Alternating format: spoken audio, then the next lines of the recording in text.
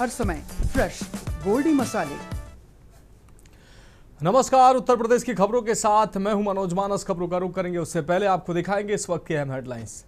UP में आज petrol diesel फिर महंगा हुआ, लगातार चौथी बार बढ़े दाम। पेट्रोल ₹2.61 और डीजल ₹2.71 प्रति लीटर हुआ महंगा। पंचायत चुनाव होने तक ग्राम प्रधान ही रहेंगे प्रशासक। सीएम योगी ने दी मंजूरी, 26 मई को खत्म हो रहा कार्यकाल। प्रतीक यादव की 13वीं में पहुंचे सीएम योगी, अपर्णा समेत परिवार के सदस्यों से मिले, शोक संवेदना व्यक्त की। यूपी में बकरीद को लेकर गाइडलाइंस, कुर्बानी और नमाज को लेकर सीएम योगी के आदेश। सार्वजनिक जगह पर कुर्बानी, सड़क पर नमाज पर रोक के आदेश।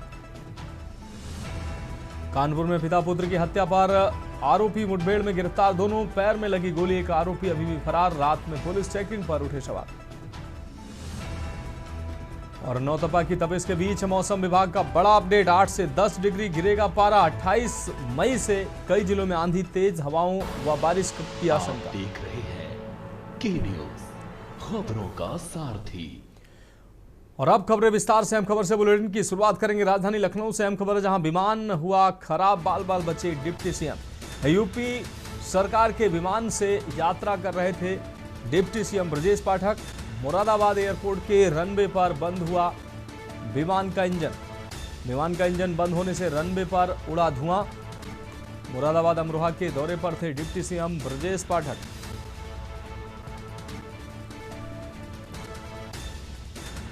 तो लखनऊ से अहम खबर, विमान हुआ खराब, बाल बाल बचे डिप्टी सीएम। आपको बता दें यूपी सरकार के विमान से यात्रा कर रहे थे deputy CM Brajesh Pathak. Moradabad airport के रनवे पर बंद हुआ विमान का इंजन। विमान का इंजन बंद होने से रनवे पर उड़ा धुआं। तो लखनऊ से इस वक्त की अहम खबर आपको दिखा रहे, विमान हुआ खराब, बाल बाल बचे डिप्टी सीएम।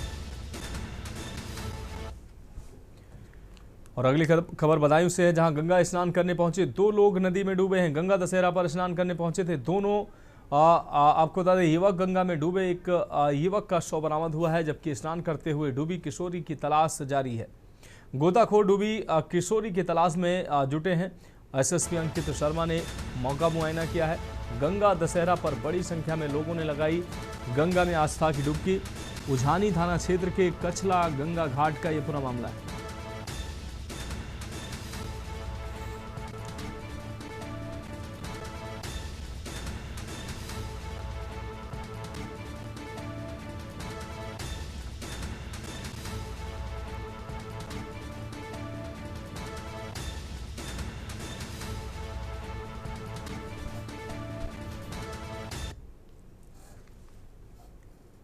अब बढ़ेंगे अगली खबर की ओर। अलीगढ़ से अहम खबर, जहां दौड़ा कर पीटा गया यूट्यूबर।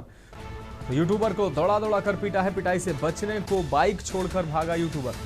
अवैध उगाही में मारपीट होने का बताया गया है मामला।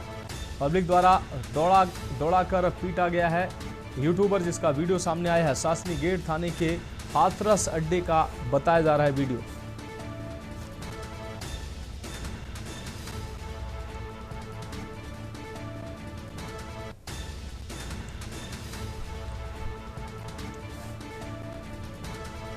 तो पिटाई से बचने के लिए बाइक छोड़कर भागा है यूट्यूबर।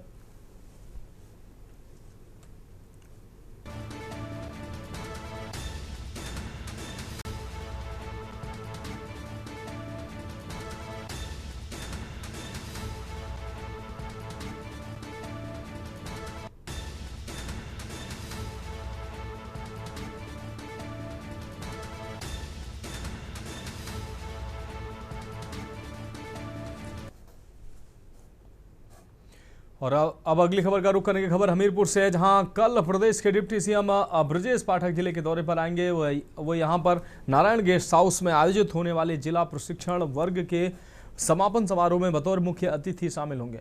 डिप्टी सीएम का हेलीकॉप्टर दोपहर 12:50 पर ब्रह्मानंद डिग्री कॉलेज के हेलीपैड में उतरेगा, जहां से वह सड़क मार्ग से आयोजन स्थल को रवाना होंगे। डिप्टी सीएम के दौरे की तैयारियों को लेकर जिला प्रशासन उसके साथ साथ भाजपा नेताओं ने तैयारियां शुरू की हैं। आपको बता दें कार्यक्रम में शामिल होने के बाद डिप्टी सीएम ब्रजेश पाठक 2:20 पर हेलीकॉप्टर से औरैया के लिए रवाना होंगे।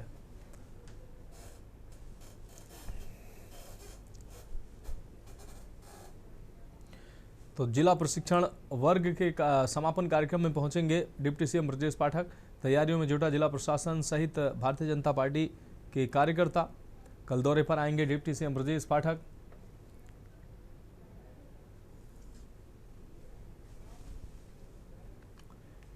अब बढ़ेंगे अगली खबर की ओर। 2 पैन कार्ड के मामले में रामपुर जिला कारागार में सजा काट रहे सपा नेता आजम खां के बेटे अब्दुल्ला आजम से मिलने आज उनकी मां तंजीन फातिमा जेल पहुंची हैं। उनके साथ समाजवादी पार्टी के रामपुर जिला अध्यक्ष अजय सागर भी मौजूद रहे। दोनों ने जेल नियमों के तहत अब्दुल्ला आजम से मुलाकात की और काफी देर तक बातचीत की। अब्दुल्ला आजम से मुलाकात खत्म होने के बाद जैसे ही तंजीन फातिमा और सपा जिला अध्यक्ष अजय सागर जेल के मुख्य गेट से बाहर निकले, वहां पहले से मौजूद मीडिया कर्मियों ने उनसे बातचीत करने का प्रयास किया। मीडिया ने उनसे अब्दुल्ला आजम के स्वास्थ्य और आगामी राजनीतिक घटनाक्रम को लेकर सवाल पूछना चाहे, लेकिन दोनों ही नेताओं ने मीडिया के कैमरे से पूरी तरह से दूरी बना ली। दोनों बिना कुछ बोले, बिना किसी टिप्पणी किए चुपचाप अपनी गाड़ी में बैठकर वहां से रवाना हो गए।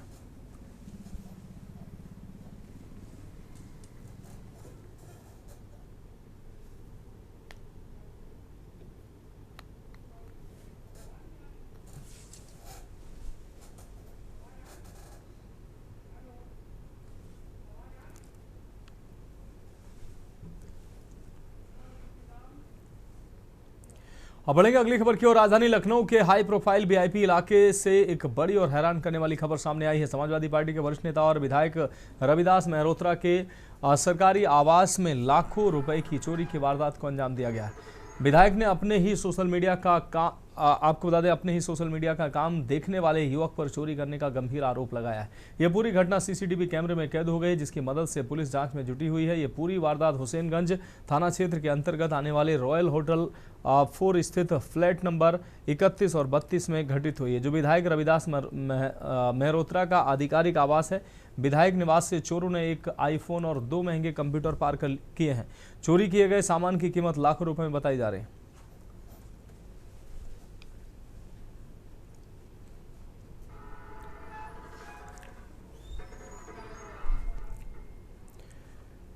और अगली खबर का रुख करेंगे खबर बुलंदशहर से, जहां भीषण गर्मी और हीट वेव को देखते हुए बुलंदशहर के शिकारपुर नगर पालिका परिषद द्वारा ओआरएस एवं पानी की बोतलों का वितरण कर जागरूकता अभियान चलाया गया। कार्यक्रम का आयोजन एसडीएम शिकारपुर रविंद्र प्रताप सिंह की अध्यक्षता में किया गया, जिसमें लोगों को गर्मी से बचाव के उपाय भी बताए गए। मुख्यमंत्री के निर्देश पर नगर पालिकाओं का दौरा ओआरएस वितरण अभियान चलाया जा रहा है। शिकारपुर में पहले ही दिन करीब 500 से 700 लोग ओआरएस और पानी लेने पहुंचे। लगातार बढ़ते तापमान के चलते जनजीवन प्रभावित हो गया है। 47 डिग्री तापमान पहुंचने के कारण सड़कों पर सन्नाटा पसरा रहा और लोगों का घर से बाहर निकलना मुश्किल हो गया।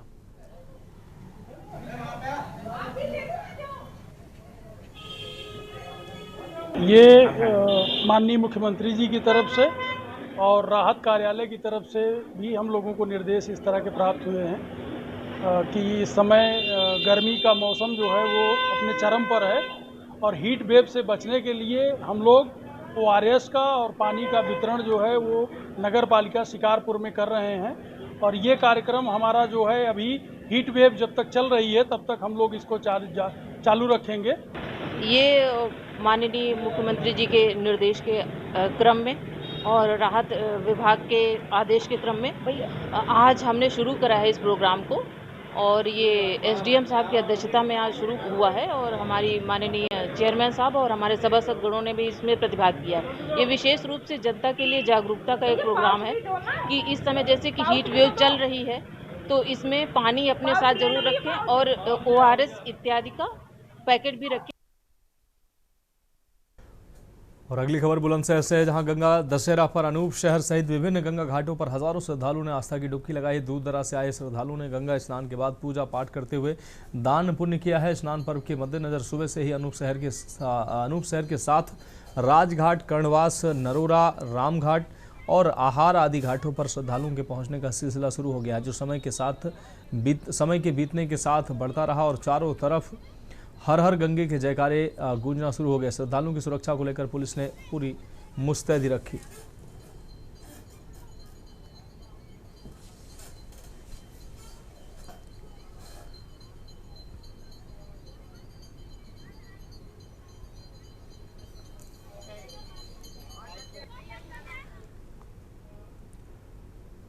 और अहम खबर कानपुर से है, जहां पंचांग के मुताबिक मौसम की गर्मी को चरम पर पहुंचाने वाले नौतपा की शुरुआत हो चुकी है। नौतपा की गर्मी में आम जनमानस को क्या क्या सावधानियां बरतनी चाहिए, इसकी जानकारी देते हुए मौसम वैज्ञानिक डॉक्टर SN सुनील पांडे ने बताया कि बादल आएगा और कड़ी धूप निकलने के साथ ही बारिश भी होगी। अगले 29 मई से कुछ राहत मिलेगी, जिससे इंसानों के साथ साथ पशु पक्षी और फसलों पर भी मौसम का प्रभाव पड़ेगा।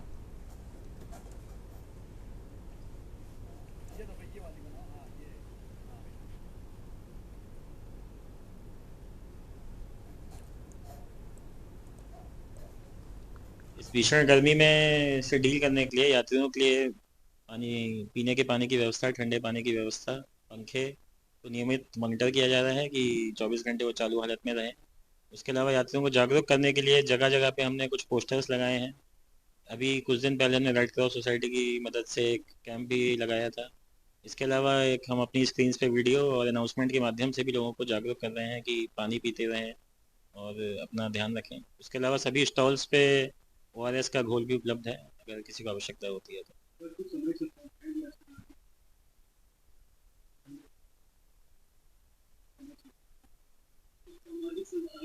सामाजिक संस्थाएं समय समय पर पीने के पानी का वितरण करते हैं। कल भी एक संस्था ने यहाँ पे 10,000 पैकेट का डिस्ट्रीब्यूशन किया था। नौतपा की शुरुआत हो चुकी है। नौतपा में लोगों को राहत मिलेगी या फिर आफत बनकर आएगी, इस बात पर बात करने के लिए मौसम विशेषज्ञ SN सुनील पांडे जी हमारे साथ हैं। उनसे बातचीत कर लेते हैं। सर, नौतपा की शुरुआत हो चुकी है, उससे पहले ही भीषण गर्मी ने अपना प्रचंड रूप दिखा दिया। अब नौतपा के दिन कैसे होने वाले हैं? देखिए, नौतपा निश्चित रूप से तापमान बढ़ते हैं, लेकिन जिस तरह से अब नमी ऐड हो रही है पूरे भारत में और कई मौसमी सिस्टम, नई नई प्रणालियां बन रही हैं। एक ट्रफ लाइन आज उत्तर प्रदेश के ऊपर बनी हुई है, इसी के साथ एक सर्कुलेशन भी बना हुआ है और WD भी आया हुआ है। तो इन सब कारणों से अब जब नमी ऐड होगी तो शाम के समय से लेकर दूसरे दिन सुबह तक कहीं बादल बनेंगे, कहीं बूंदाबांदी होगी, तेज हवाएं चलेंगी और गरज वाले बादल भी बन सकते हैं।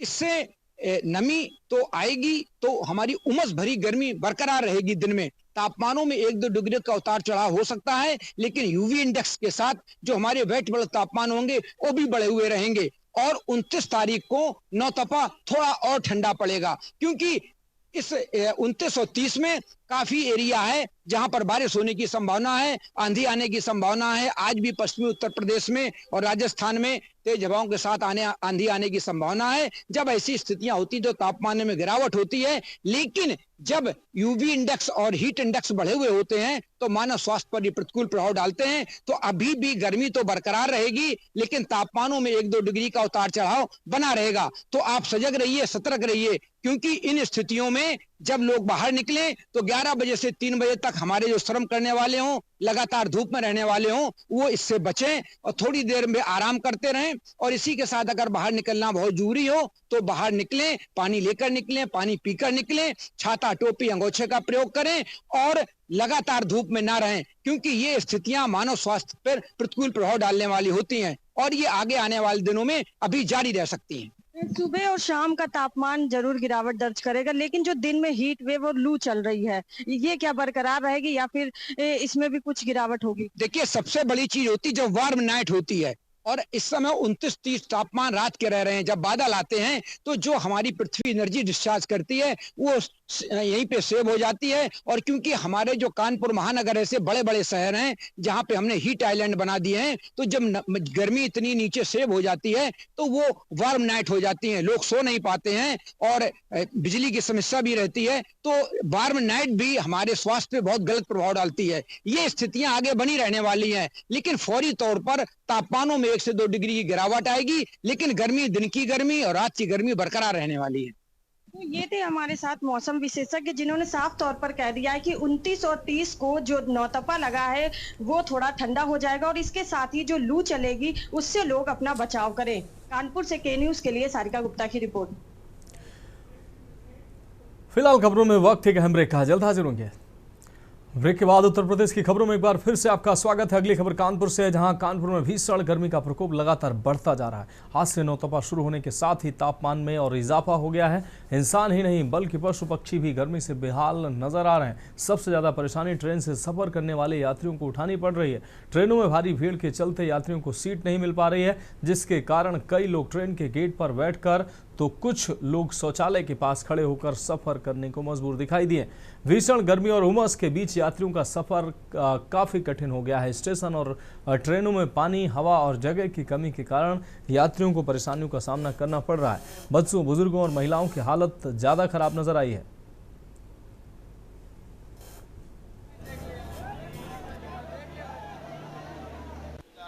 भीषण गर्मी का प्रकोप जो है लगातार जारी है। वो यहाँ से नौतपा भी लग गए हैं।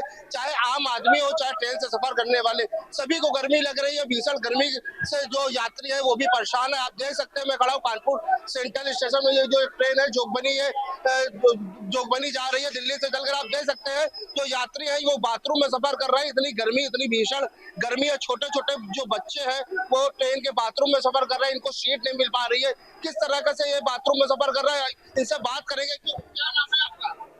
सोहेब। बाथरूम में सफर कर रहे हो, सीट नहीं मिली है। जगह ही नहीं है तो सीट कहाँ से मिलेंगे सर? कितनी गर्मी है, किस तरीके से गर्मी? बहुत गर्मी है, गर्मी है, बहुत गर्मी है।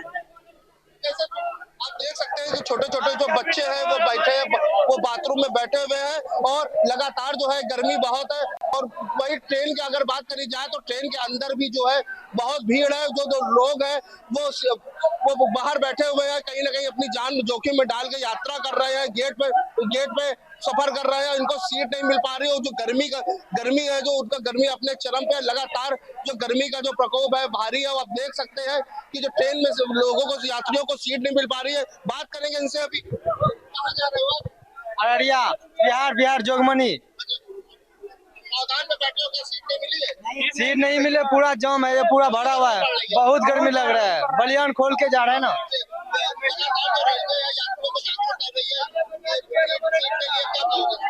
इसमें सीट नहीं मिल रहा है कि पूरा नीचे बैठ के जा रहा है। सीट चाहिए हम। ये जो यात्री थे उन्होंने बताया जो हम लोगों को सीट नहीं मिल पा रही है। सीट न मिल पाने के कारण से हम लोग जो ट्रेन के पावदान में सफर कर रहे हैं, और वही यात्रियों का कहना है भीषण गर्मी पड़ रही है। गर्मी की वजह से लोगों का बुरा हाल है। कानपुर से के न्यूज़ से मोहित पांडे, कानपुर। बाराबंकी जनपद के बहुचर्चित माथी चौकी बवाल कांड में आखिरकार 11 साल के लंबे इंतजार के बाद अदालत का बड़ा और ऐतिहासिक फैसला सामने आया है। पुलिस चौकी फूंकने, लूटपाट करने और सरकारी संपत्ति को नुकसान पहुंचाने और पुलिस पर पथराव करने के मामले में कोर्ट ने 22 आरोपियों को दोषी करार देते हुए 7 साल की कठोर कारावास की सजा सुनाई। ये फैसला बाराबंकी कोर्ट नंबर 2 के माननीय न्यायाधीश राकेश कुमार सिंह प्रथम की अदालत द्वारा सुनाया गया है।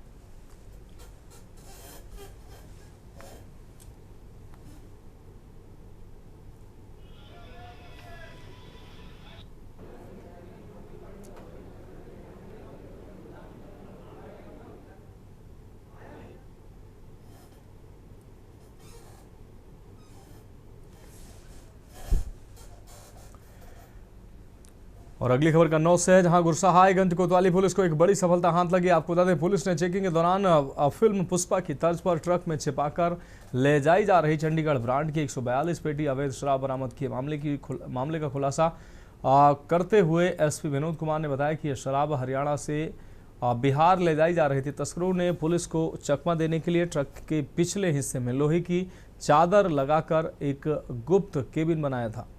इसके आगे का हिस्सा दिखावे के लिए तिरपाल से ढक दिया गया था ताकि किसी को शक ना हो। पुलिस ने साथी ढंग से की जा रही तस्करी को नाकाम करते हुए मौके से 2 शराब तस्करों को भी गिरफ्तार कर लिया। गुरसायगंज कोतवाली क्षेत्र का ये पूरा मामला है। देखिए, एक सूचना मिली थी कि हरियाणा से अवैध रूप से बिहार शराब जा रही है। इस सूचना पर हमारे यशोजी सर्विलांस प्रभारी में टीम के और प्रभारी निरीक्षक गुरसायगंज, इन्होंने समधन फ्लाईओवर के पास जीटी रोड में चेकिंग की, जिसमें से एक डीसीएम में भर करके हरियाणा से बिहार ले जाई जा रही 142 पेटी अंग्रेजी शराब बरामद की है। और ये छिपा करके ले जाई जा रही थी और इसकी जो कीमत है वो करीब 7 लाख रुपए है। इनसे जब पूछताछ की गई तो ये पता चला कि ये डबल कीमत पर वहाँ पर बिहार में बेचते हैं। रामपुर जनपद में भी गर्मी का असर अच्छा खासा देखने को मिल रहा है। आपको बता दें कि 41 डिग्री टेम्परेचर में जनता सफ़र करने को मजबूर है। वहीं लोगों के कारोबार पर भी गहरा असर पड़ रहा है। रिक्शा चालक हो या फिर सब्जी विक्रेता गर्मी को लेकर परेशान है। डीएम अजय कुमार द्विवेदी ने भी भीषण गर्मी को लेकर रेड अलर्ट जारी किया है। साथ ही गर्मी के मौसम में जनता से अपील की गई है कि अगर जरूरी कार्य हो तभी अपने घरों से बाहर निकलें। जनपद में 41 डिग्री टेम्परेचर और जगह जगह निजी संस्थाओं एवं कृषि विभाग द्वारा शरबत का शिविर लगाया गया है, जिससे शरबत पीकर लोगों को राहत मिले।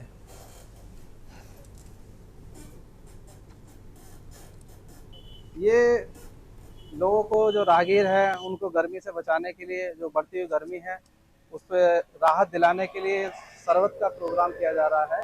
ये प्याऊ लगाया गया है छोटा सा, जिससे राहगीरों को पानी की आवश्यकता, जो पानी की कमी हो रही है वो कमी ना हो और लोगों को एनर्जी मिलती रहे। मेरा नाम रमेश चंद है और आज कृषि विभाग की तरफ से यहाँ पे एक प्याऊ शरबत प्याऊ का आयोजन किया जा रहा है ताकि गर्मियों से लोगों को निजात मिले और क्या नाम थोड़ा अच्छा महसूस करें, सुकून महसूस करें लोग, इसलिए लगाया गया है ये। तो क्या लग रहा है, कितने लोग प्याऊ में पानी पी रहे हैं आज तक? कंटिन्यू आ ही रहे हैं लोग। देखो अभी ऑटो भी रुक रहे हैं, कई सारे देखो पुलिस वाले जी आ रहे हैं, दरोगा जी आ रहे हैं और बाकी लोग भी, सिविलियन भी आ रहे हैं, बहुत सारे लोग। देखो हम लोग ये जब तक प्रभु की इच्छा है, जब तक प्रभु की इच्छा है तब तक चले।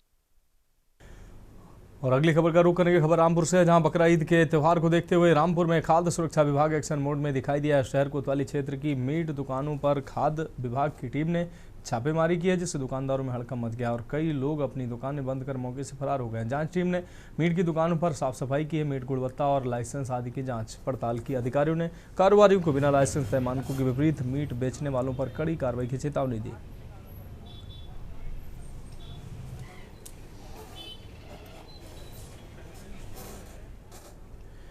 उत्तर प्रदेश के जनपद एटा में इन दिनों प्रशासनिक मुस्तैदी और सुशासन का एक नया और सकारात्मक असर देखने को मिला है। जिले की कमान संभाल रहे युवा और तेज तर्रार जिलाधिकारी IAS अरविंद सिंह और वरिष्ठ पुलिस अधीक्षक IPS डॉक्टर इलाम आनंद की जोड़ी इस समय पूरे जनपद में चर्चा का विषय बनी हुई है। दोनों युवा अधिकारियों की ताबड़तोड़ कार्यशैली ने जिले में शासन और प्रशासन की पूरी तस्वीर बदल कर रख दी है।